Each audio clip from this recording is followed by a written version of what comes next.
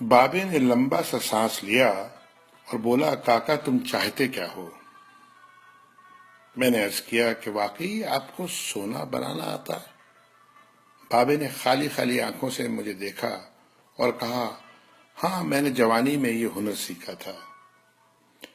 میں نے عرض کیا کہ کیا آپ مجھے یہ نسخہ سکھا سکتے ہیں؟ بابے نے میری طرف گھور کے دیکھا اور کہا کہ تم یہ سیکھ کے کیا کرو گے؟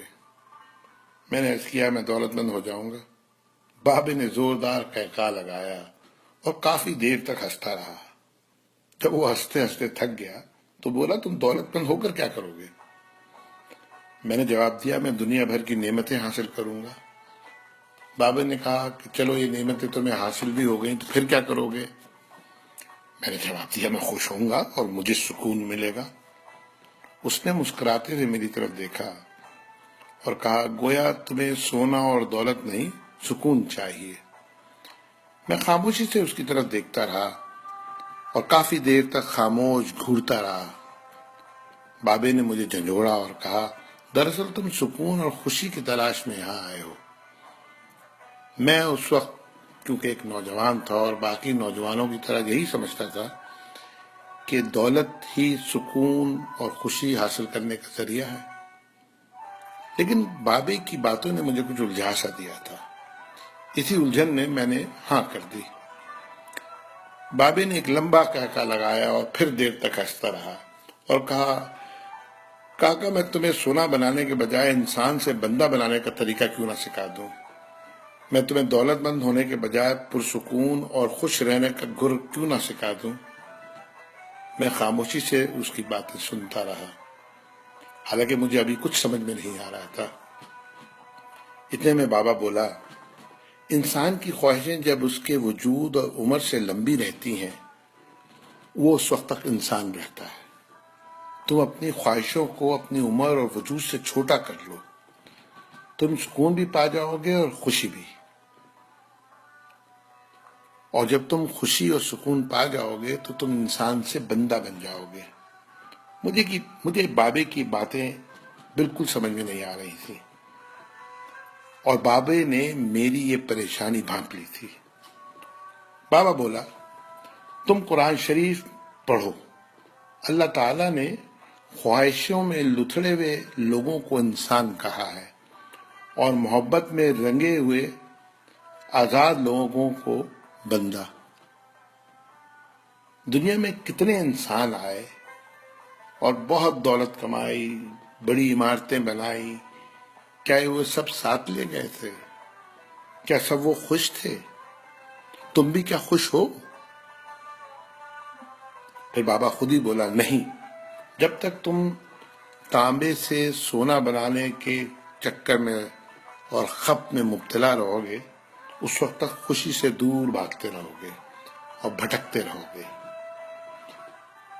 پھر بابے نے ایک چھوٹی سی ٹہنی سے زمین پہ رگڑنا شروع کیا اور کہا، لو میں تم کو انسان سے بندہ بنانے کا نسخہ بتاتا ہوں۔ اپنی خواہشوں کو اپنے قدموں سے آگے نکلنے نہ دو۔ جو مل گیا اس پہ شکر کرو، جو چھن گیا اس پر افسوس مت کرو، جو مانگے اسے دے دو، جو بھول جائے اسے بھول جاؤ۔ دنیا میں بے سامان آئے تھے اور بے سامان ہی واپس جاؤ گے۔ سامان جمع کرنے کی فکر نہ کرو۔ جسے خدا ڈھیل دے رہا ہے اس کا کبھی احتساب مت کرو۔ بلا ضرورت سچ بھی فساد ہوتا ہے۔ جو پوچھے تو سچ بولو، جو نہ پوچھے تو خاموش رہو۔ دینے میں خوشی ہے اور وصول کرنے میں غم۔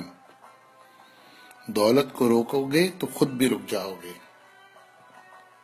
چوروں میں رہو گے تو چور ہو جاؤ گے۔ اللہ راضی رہے گا تو جگ راضی رہے گا، وہ ناراض ہوگا تو نعمتوں سے خوشیاں اڑ جائیں گی۔ جب تم عزیزوں، رشتہ داروں، اولادوں سے چڑھنے لگو تو سمجھ لو اللہ تم سے ناراض ہے۔ جن سے تمہیں نقصان پہنچا ہو اور مزید نقصان پہنچنے کا اندیشہ ہو ان سے کنارہ کشی کر لو، ان سے بدلہ لینے کی فکر نہ کرو، کیونکہ سب سے اچھا بدلہ اللہ کا ہے۔ جب تم اپنے دشمنوں کے لیے اپنے دل میں رحم محسوس کرو تو سمجھ لو تمہارا خالق تم سے راضی ہے۔ ہجرت کرنے والے کبھی گھاٹے میں نہیں رہتے۔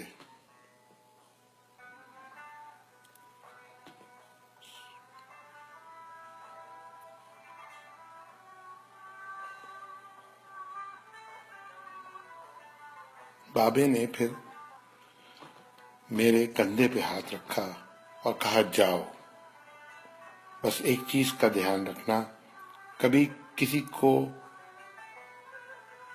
خود سے نہیں چھوڑنا، دوسروں کو فیصلہ کرنے کا موقع دینا، یہ اللہ کی سنت ہے۔ اس نے کبھی اپنی مخلوق کو تنہا نہیں چھوڑا، مخلوق اللہ کو چھوڑتی ہے۔ اور دھیان رکھنا،